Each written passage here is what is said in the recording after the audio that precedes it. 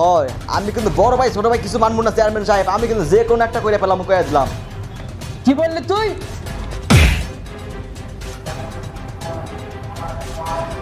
বড় হয়েছে জন্য কি যা খুশি তাই করবি? সব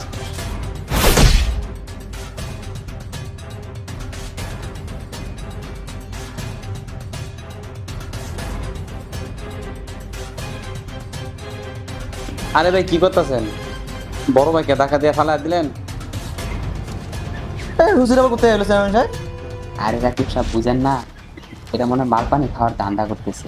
আপনার ভাই মনে ডাকছে, এই জন্য আসছে। তার মানে এখনো হুজুরও কি মালবানি খায়?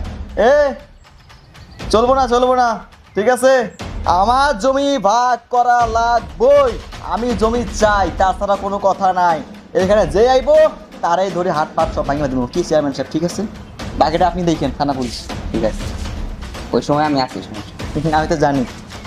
হুজুর